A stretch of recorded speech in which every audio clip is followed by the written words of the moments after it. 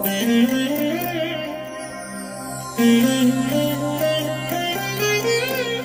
దినం పరము నుండి దిగివచ్చు మాట. ఇది నీ జీవితానికి వెలుగుల బాట.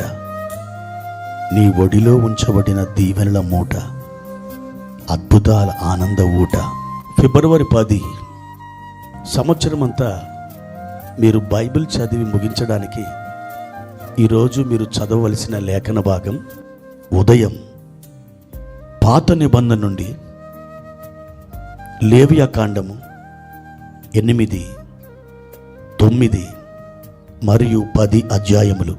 సాయంత్రం క్రొత్త నిబంధన నుండి మత్తయి సువార్త 25వ అధ్యాయము 31 నుండి 40వ వచనం వరకు. ప్రియమైన దేవుని బిడ్డలారా, ఈ ఉదయకాలం ప్రభు తన యొక్క అతీతమైన కృపచేత మిమ్మల్ని బలపరిచి లేవనెత్తి వర్ధిల్ల చేయునుగాక. ఈ దినం మీరు పూనుకొనిన ప్రతి పని ప్రభు యొక్క మహిమలో సఫలమగునుగాక. నిశ్చయముగా ఆయన తన చేతులు చాచి మిమ్ములను తన దగ్గరకు ఆయన ఆకర్షించుకొని మీకు తన దివ్యమైనటువంటి మహిమను ఈ దినమున బయలుపరుస్తారు. ధైర్యం కలుగునండి, నిరీక్షణతో అడుగులు ముందుకు వేయండి. ఈ దినం ప్రభువారు మనకు ఏర్పరిచిన వాక్య భాగాన్ని చదువుకుందాం. కీర్తనల గ్రంథం 63, 1, 2 వచనాలు. దేవా, నా దేవుడవు నీవే, వేకువనే నిన్ను వెదుకుదును. నీ బలమును నీ ప్రభావమును చూడవలెనని పరిశుద్ధాలయమందు నేనెంతో ఆశతో నీ తట్టు కనిపెట్టియున్నాను. నీళ్లు లేక ఎండి ఉన్న దేశమందు నా ప్రాణం నీ కొరకు తృష్ణగొని ఉన్నది. నీ మీది ఆశ చేత నిన్ను చూడవలనని నా శరీరం కృషించుచున్నది. ప్రియమైన దేవుని బిడ్డలారా, దేవుడు దావీదుని గురించి అద్భుతమైన సాక్ష్యం ఇచ్చాడు. అతడు నా ఇష్టానుసారుడైన మనుష్యుడు, నా ఆలోచన ప్రకారం నా సంకల్పం అంతయు కూడా అతడు నెరవేర్చువాడని ప్రభు అతని గురించి సాక్ష్యం ఇచ్చాడు. ఈ 63వ కీర్తన దావీదు ఒక అరణ్యములు రాశాడు.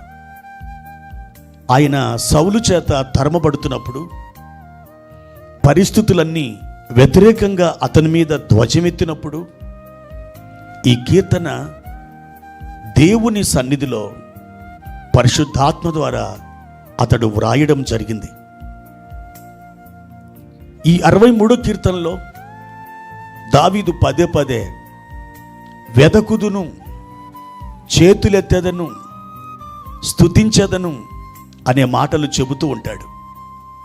ఆయా సందర్భాల్లో దేవుని ఎడల తన తీర్మానాన్ని ఈ విధంగా దావీదు తెలియచేశాడు.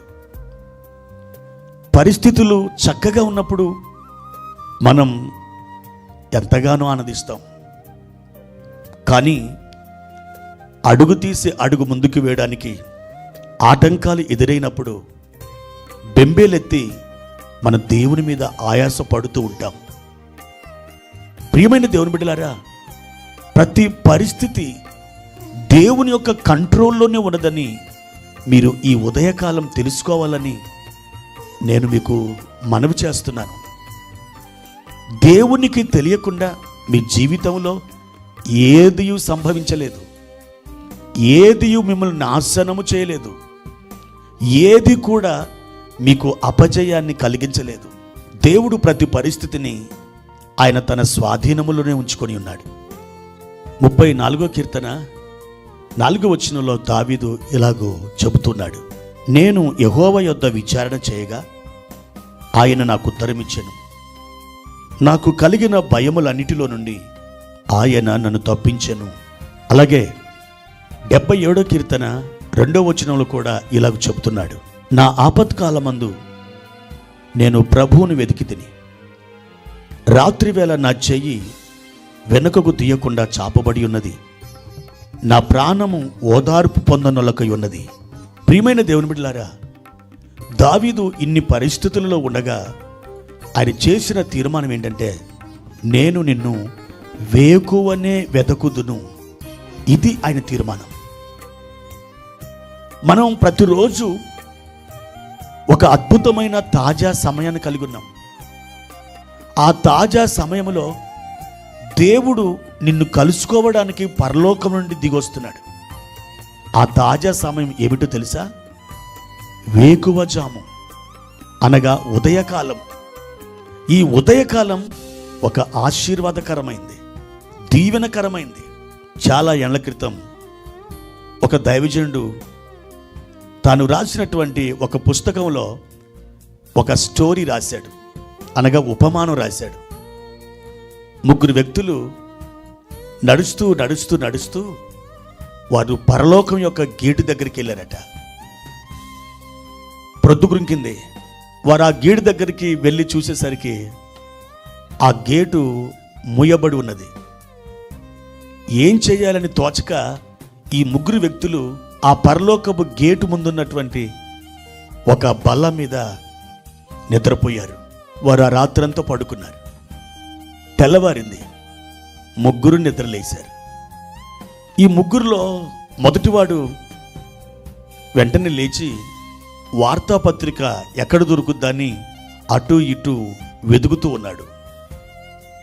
ఇంకొకడు నాకు బెడ్ కాఫీ కావాలి, అతడు ఏ హోటల్ ఉందని చెప్పి ఆ గేట్ దగ్గర నుండి వేరే చోటుకి వెళ్ళాడు. మూడో వ్యక్తి మాత్రం ప్రొద్దున్నే అతడు దేవుని సన్నిధిలో ప్రార్థించే అలవాటు కలిగి ఉన్నాడు గనక అతడు వెంటనే ఆ ఉదయకాల నిద్ర లేచి దేవుని సన్నిధిలో మోకాలు వేసి ప్రార్థన చేశాడు. ఈ లోపున పరలోకపు గేటు తెరవబడింది. వెంటనే ఈ భక్తుడు లోపలికి వెళ్ళాడు. ఆ గేటు మళ్ళీ మూయబడింది. ఆ ఇద్దరు వ్యక్తులు మరల వచ్చి ఆ గేటు తెరవమని ఎంత ప్రాధేయపడినా ఆ గేటు తెరవలేదట. ఇదొక ఉపమానం మాత్రమే. కానీ ఇందులో అద్భుతమైన పాఠం ఏంటంటే, మనం ఉదయకాలం ఆ తాజా సమయంలో ఏం చేస్తున్నాం? ప్రభు సన్నిధికి వెళ్తున్నామా? ప్రభు సన్నిధిలో ప్రార్థిస్తున్నామా? ప్రభు సన్నిధిలో దేవుని వాక్యాన్ని చదివి ధ్యానం చేస్తున్నామా? మీరు అటువంటి అలవాటు గనక కలిగి ఉండకపోతే, ఈరోజు ఈ ఉదయకాలం ప్రభు మీతో మాట్లాడుతున్నారు.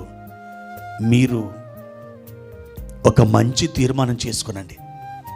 ప్రభుని వేకువనే వెతికెదనని దావీదు భయానకమైన పరిస్థితుల్లో కూడా ఆయన తీర్మానం చేసుకొని దేవుని వెతికినట్లుగా మీరును ఒక తీర్మానం చేసుకొని ప్రభు సన్నిధిలో ప్రతి ఉదయం మీరు ప్రార్థించండి, వెతకండి, ధ్యానించండి.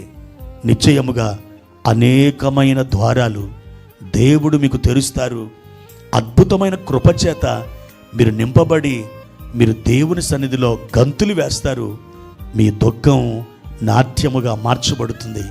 అప్పుడు విశేషమైన రీతిలో దేవుడు చేయుచున్న కార్యాలని నీ ఇరుగు పొరుగు వారు చూసి వారును ప్రభుని స్తుతిస్తారు.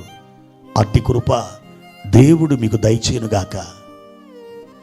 ప్రార్థన. ప్రియమైన తండ్రి, మీ ఘనమైన నామానికి వందనాలు. మా దేవా, ఈ ఉదయకాల సమయంలో మేము మిమ్మల్ని వెతకాలని దావీదు మాకొక మాదిరిని చూపిస్తున్నాడు. అన్ని వేళలలో, అన్ని పరిస్థితులలో మీ సన్నిధిని వెతకడానికి వేకువ జామున మీరు మమ్మల్ని కలుసుకోవాలని పరలోకం నుండి దిగివస్తున్నారు.